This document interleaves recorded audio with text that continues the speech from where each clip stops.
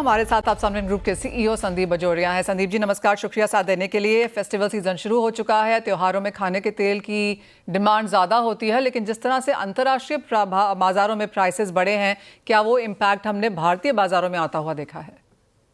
निशा जी देखिए, हम तो हमारी जितनी जरूरत है उसका 60% इम्पोर्ट करते हैं।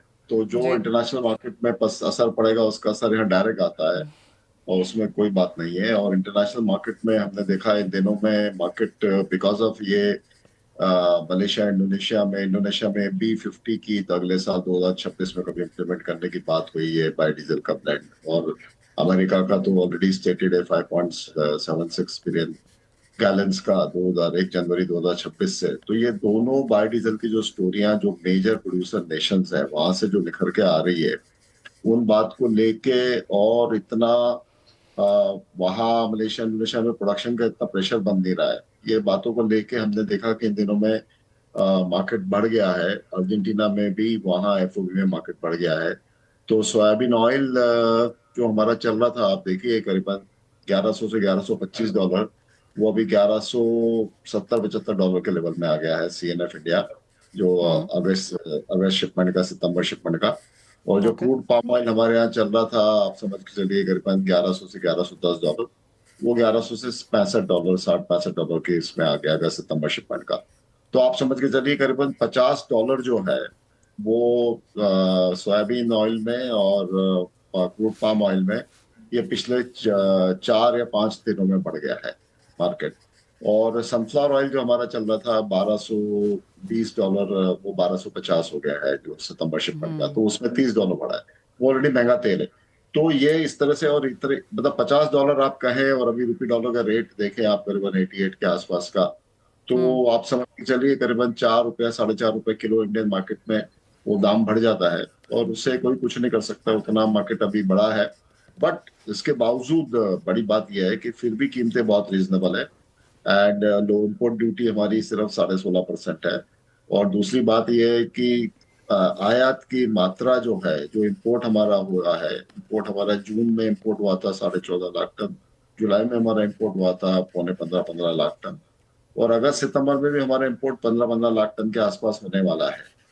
और अक्टूबर में सिर्फ वो 13 होगा। लेकिन इस कारण से हमें तेल की कोई देश में कोई भी कोने में कहीं कोई कमी नहीं रहेगी। जो भी हम्म। तेल जिसको चाहिए वो इनफ क्वांटिटी में मिलेगा और रीजनेबल रेट में मिलेगा। इंटरनेशनल संदीप जी मार्केट भी अगर हम संदीप जी अगर हम कल के इन्फ्लेशन के नंबर्स देखें तो सभी जगह यहाँ पर इन्फ्लेशन कम होती हुई नजर आई है। सिर्फ खाने के तेलों में हमने इसे सस्टेन्ड और slightly on the higher side देखा है। आप जैसे जो आप कह रहे हैं कि हमारी इतनी ज़्यादा डिपेंडेंस इंटरनेशनल मार्केट्स में है, तो ये मान के चलें कि इन त्योहारों में भी खाने के तेलों के prices stable to slightly higher रहेंगे। अब देखिए, ये जो प्राइसेस है ना Manisha ji, if you retrospect में आप देखें तो ये बहुत रीजनेबल ही प्राइसेस है। वो ठीक है, आप मंथ टू मंथ देख रहे हैं, क्वार्टर टू क्वार्टर देख रहे हैं इन्फ्लेशन के नंबर में, वो बात अलग है। अदरवाइज ये एक रीजनेबल रेंज की कीमतें हैं। और ये सब इम्पोर्टेड ऑयल इस तरह से अवेलेबल है। हम्म। और त्योहार सीजन में हमें बस ये रेट जो चल रहे हैं इसी के आसपास में हमें बना रहेगा। जैसे हमारे 20 अक्टूबर को दिवाली, उसके पहले सब त्योहार है, तो हम्म। मुझे नहीं लगता कोई दिक्कत होने वाली है। लेकिन ठीक है, हमें थोड़ा सा इंटरनेशनल मार्केट का ट्रेंड को रिफ्लेक्शन तो यहाँ होगा, वो हमें समझ के चलना पड़ेगा, उसमें कोई बात नहीं है। और भी ओवरऑल ओवरऑल कीमतों का स्ट्रक्चर जो है वो बड़ा रीजनेबल लेवल में है, उसमें कोई दिक्कत नहीं। और अवेबिलिटी कंप्लीट है हमारे पास में। अभी हमारे देखिए, अभी तो लोकल जो हमारे ऑयल सीड है उनकी अवेबिलिटी कम हो रही है बिकॉज वो ऑफ सीजन में चले गए हैं। सरसों का जी। तेल है वो आप समझ के चलिए 162 164 रुपए किलो चल रहा है। कॉटन ऑयल जो है वो समझ लीजिए आप 136-37 कॉटन रिफाइंड ऑयल चल रहा है। तो उसके उसके मायने में आप देखें तो soybean refined oil, palm refined palmolein oil, ये तो 125 रुपए के आसपास में बिक रहा है। तो वो बड़े रीजनेबल है। एंड इसलिए कोई दिक्कत नहीं है। हमें लग रहा है कि सब में इम्पोर्टेंट बात ये होता है कि देश में हम 60% निर्भर है, तो हमारा सप्लाई चेन रोबस्ट होना चाहिए, वो मैनेज होना चाहिए।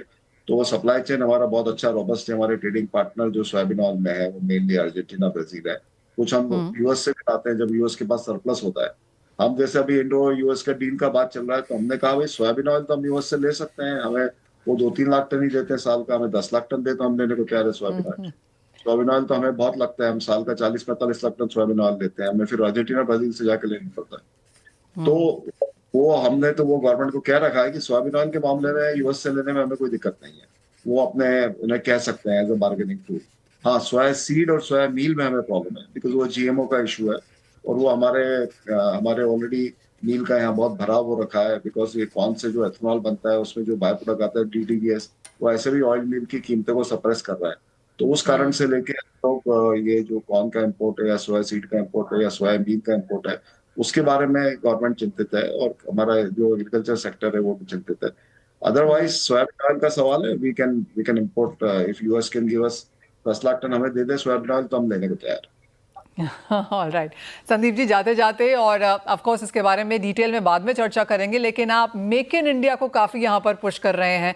यहाँ पर क्या थियरी है इसको लेकर? जैसे मैंने कहा आराम से इसके बारे में ज़रूर बात करेंगे, लेकिन जाने से पहले एक क्विक सेंस यहाँ पर। मनीषा जी, आपने बहुत अच्छा पॉइंट उठाया। देखिए, हम ये कैंपेन 2 महीने से लॉन्च किए हैं, मेड इन इंडिया। सो कहने का मतलब है जैसे आप वेजिटेरियन प्रोडक्ट खरीदते हो उसमें ग्रीन सिंबल होता है, नॉन वेज खरीदते रेड होता है, आपको इमीडिएट पता चलता है वेज है नॉन वेज, आपको पूरा डिटेल्स पॉइंट प्रिंट में पढ़ना नहीं पड़ता है। उसी तरह से आज हमें इंडिया में अपनी एम्प्लॉयमेंट को जोड़ देना है, हमारी इंडस्ट्री को यहाँ जोड़ देना है, तो हमें मेड इन इंडिया बनी हुई चीजें जो है वो हमें प्रेफरेंशियल बेसिस पे खरीदनी चाहिए। हम नेक्स्ट टाइम पे कोई भी स्टोर में जाते हैं सामान लेने के लिए, 3-4 प्रोडक्ट हमें सिमिलर तरह के दिखते हैं, तो यदि एक सिंबल है जो मेड इन इंडिया वाला जो सिंबल है और वो प्रोडक्ट पे इमीडिएट विजिबल हो, तो हम तो पढ़े लिखे लोग हैं लेकिन जो बच्चे हैं, लेडीज है, रूरल पॉपुलेशन है, उनके लिए सिंबल बहुत इंपॉर्टेंट है।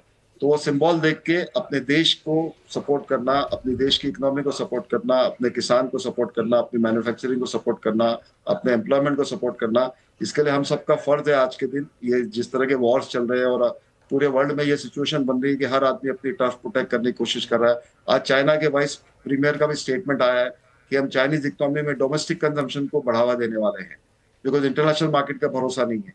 इस तरह से हमें इंडिया में भी मेड इन इंडिया प्रोडक्ट्स बनने और उस पर सिंबल लग के वो प्रोडक्ट्स नहीं हमने चॉइस करके खरीदने चाहिए।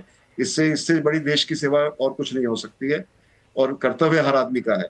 इस बारे में हमने प्राइम मिनिस्टर के पीएमओ में भी लिखा है, पत्र पीएम को भी लिखा है और वो मेरे पर्सनल इन्फॉर्मेशन से वो विचाराधीन है।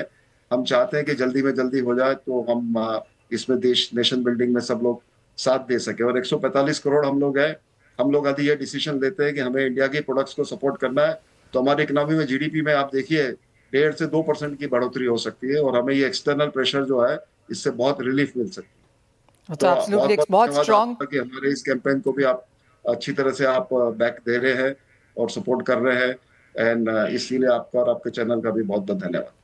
संदीप जी, बहुत शुक्रिया। और क्लियरली बहुत स्ट्रॉन्ग अपील है वो और एक बहुत स्ट्रॉन्ग और पॉजिटिव स्टेप जो आप यहाँ पर उठा भी रहे हैं।